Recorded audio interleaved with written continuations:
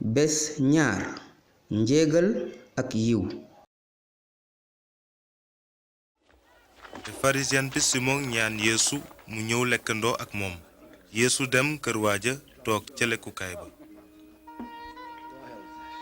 moo waay xale yi jàll leen ne du ngeen dégg moo waay xale yi du ñu toog mukk.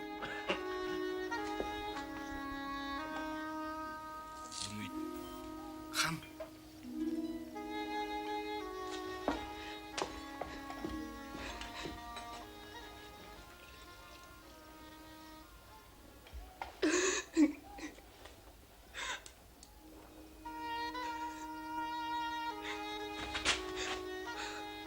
lu muy def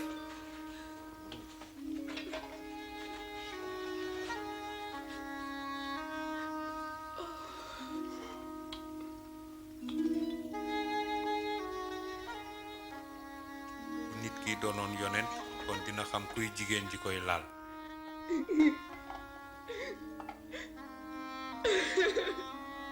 dina xam ne jigéen ji mooy kat la. xam naa kuy jigéen ji Simon te am naa lu ma la war a wax. ñaari nit dañoo ameloon bor benn leblekat kenn kaa ngi ko ameloon téeméeri junni ki ci des fukki junni waaye kenn ci ñoom mënu koo fay noonu mu baal leen bor yee ñoom ñaar ñëpp kan ci ñoom ñaar ak ci gën a bëgg. naa ki ñu baal bor bi gën a bari. atte nga dëgg.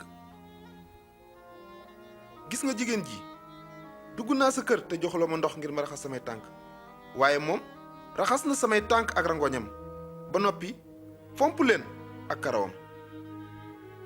bi ma agsee foonuloo ma moom bi ma duggee ba tey tàyyiwul ci fon samay tànk defuloo diw ci sama bopp waaye moom sotti na laj ko leen ci samay tànk.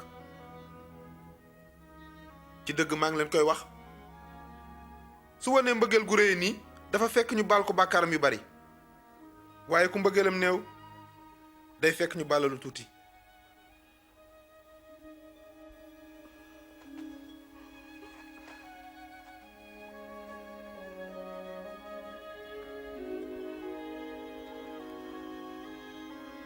baal nañu la say bàkkaar sa ngëm musal na la demal ci jàmm. ma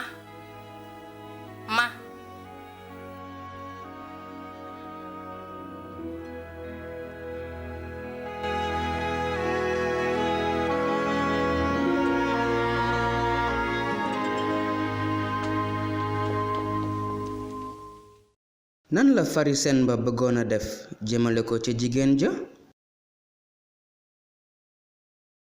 Yeesu moom nan la jëfee ngir jigéen ja.